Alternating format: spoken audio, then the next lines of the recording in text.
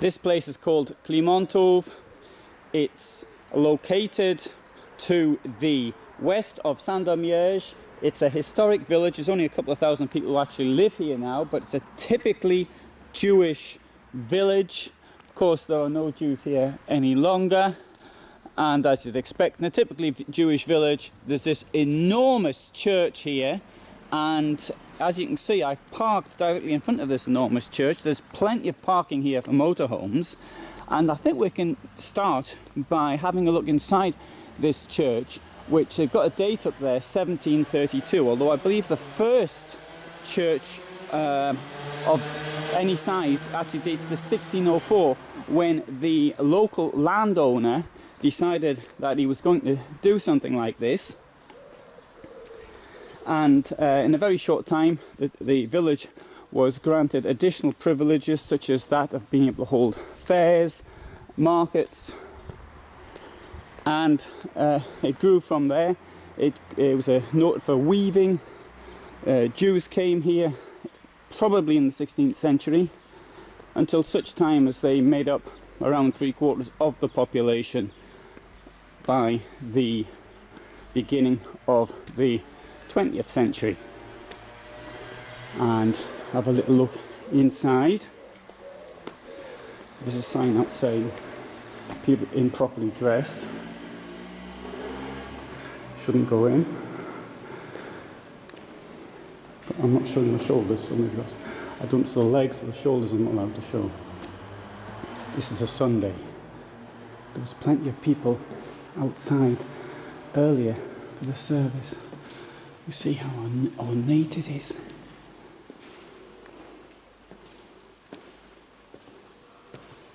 And let's have a look up there as well. Look at the paintings. Now I came here because I'm interested in history and particularly things related to the Second World War, but I'll put them on a different film, so you can see that on a different film. And the reason I wanted to show you this now is to show a little bit about what you can see if you come here by camper. Now, as you can see, I parked my car here.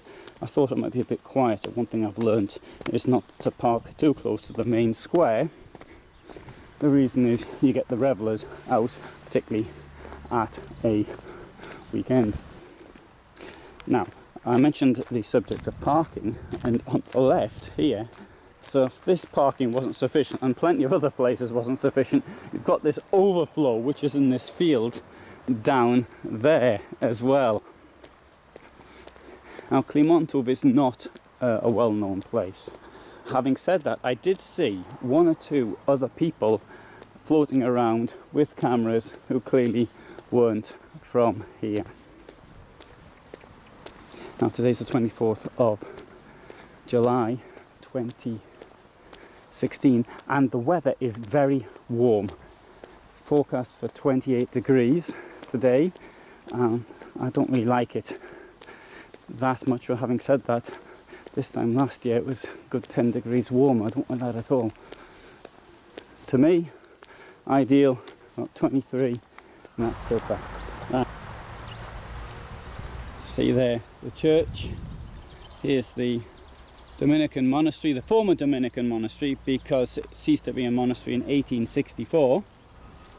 And this building is a school, and it was a school, and this building, or one which stood on its site, I believe, was the German army billet. This is where the troops were. Now, in most cases in villages, the German army didn't bother to have a presence, but here it did.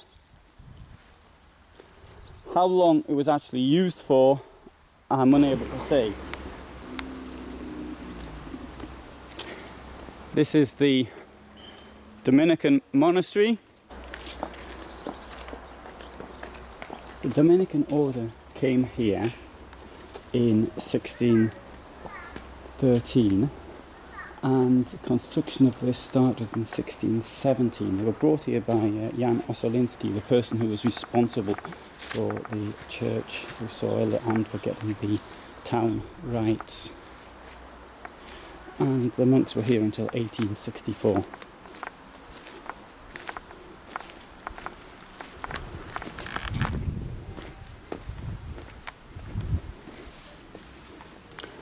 Unfortunately this is locked, so I don't want the riffraff getting in. So we can see from here what the church looks like inside, or this chapel I should say. Got the date up there, 1619. Just 2 years after construction started. Imagine the huge amount of resources needed to build something like this. The point of which, of course, is just to show the glory of God, that's to say, the glory of the King, and to remind people who is in charge.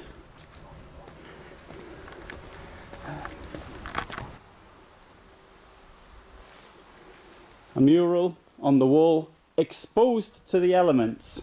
So it must, I presume it hasn't been here all that long. Although maybe it has, judging by the cover.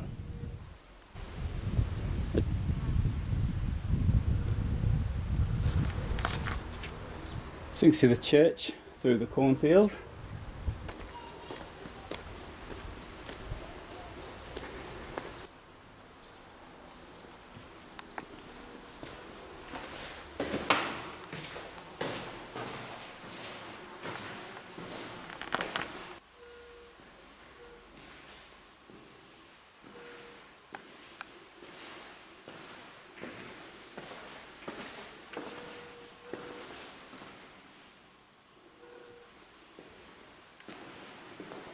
I strongly get the impression I'm not supposed to be here.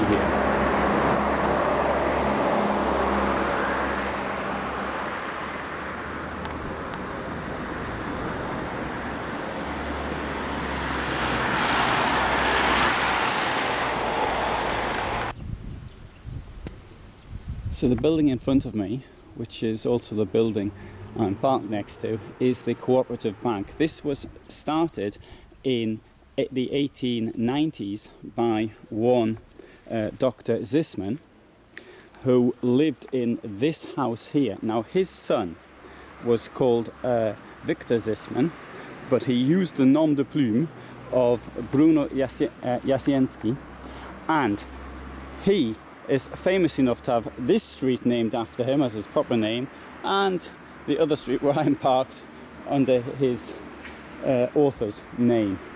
Now, he was known for modernism in Polish writing. He was the enfant terrible of the Polish literary scene. He was born in 1901, lived in Paris, wrote things which are quite well known in Polish, and in 1929 he went to Leningrad. Now he was a communist. Now I'm not going to knock anybody for being a communist in those days, but certainly after he moved to Moscow, he became somebody who supported the Purges and was clearly linked in the attacks on Isaac Babel, who's a well-known Jewish writer from Odessa. Babel himself was shot in 1940, although he was actually rehabilitated in the 1950s. Now, Zisman was one of the mates of Gennady Yagoda, who was in charge of the NKVD and the person who started the purges of Stalin. Although he himself was actually killed within the purge itself. Then Zisman's wife was having a relationship with Yagoda, which is quite odd because Babel's wife was having a relationship with Nikolai Yezhov, who took over from Yagoda, and he himself also became a victim of the purges in 1940. So, I mean, you couldn't really make this sort of stuff up, but it's a bit odd. It's just the sort of stuff for a soap opera. Anyway, now Zisman himself was arrested and was murdered, judicially murdered, executed in 1938. Not for his writing. I suspect it was part of the Stalin's genocide. I think that's the correct word, ethnic cleansing, if you like, of the Polish population living in the Soviet Union, which took the lives of roughly 110,000 people within just over a year before the Second World War. It's one of those purges for which not much is actually known. There was an annual Zisman fete held here, but I believe it stopped around 4 or 5 years ago. But certainly, to my way of thinking, Mr. Zisman, in view of the way he did cooperate with the Soviet authorities when he knew these purges were taking place, doesn't make him a particularly nice person. And it's a pity the streets are still named after him. Although his father, who did clearly a lot of good for the community here, should have the street named after him. This street takes us into the main square. This town was very close to the border between Austria and Russia, and after the Austrians counterattacked in 1915, it was the scene of fighting during the First World War, and there are Austrian soldiers buried in the cemetery here.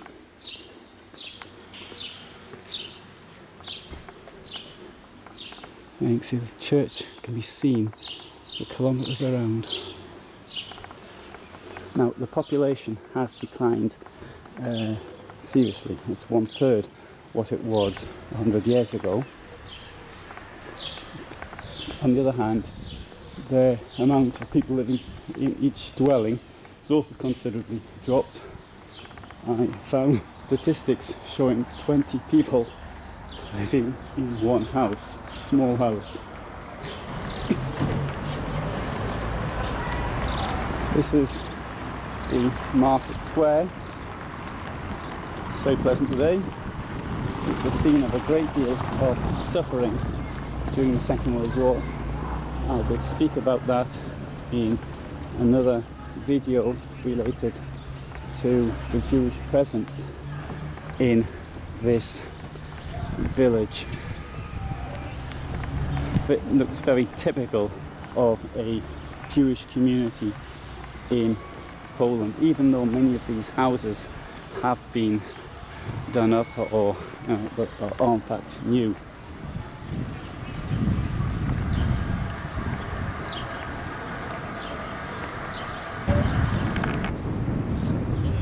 The street up there has a small museum of Jewish life. It's privately owned, and one needs to contact the owner to actually see it. That building in front is the synagogue, which dates to around 1860. It was vandalized considerably by the Nazis, and after the war it was used as a store. It was done up though in the 1950s. It was saved from destruction, but you can see from it's a pretty large building. You don't see many synagogues of that size in Poland, and you've got some of the locals drinking outside it.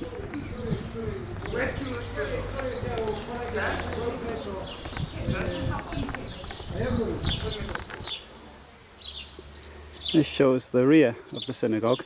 The synagogue was built on the site of a former one, a wooden one, which may well have burnt down, which was quite common in villages up until the mid-19th century. In fact, I always say a medieval town or an old town is only as old as the last fire.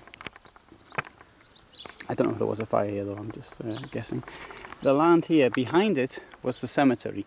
Now it's quite unusual to have a synagogue and a cemetery next to each other. The local Jewish population was given this land and sometime historically, and so that's why everything was put in one place.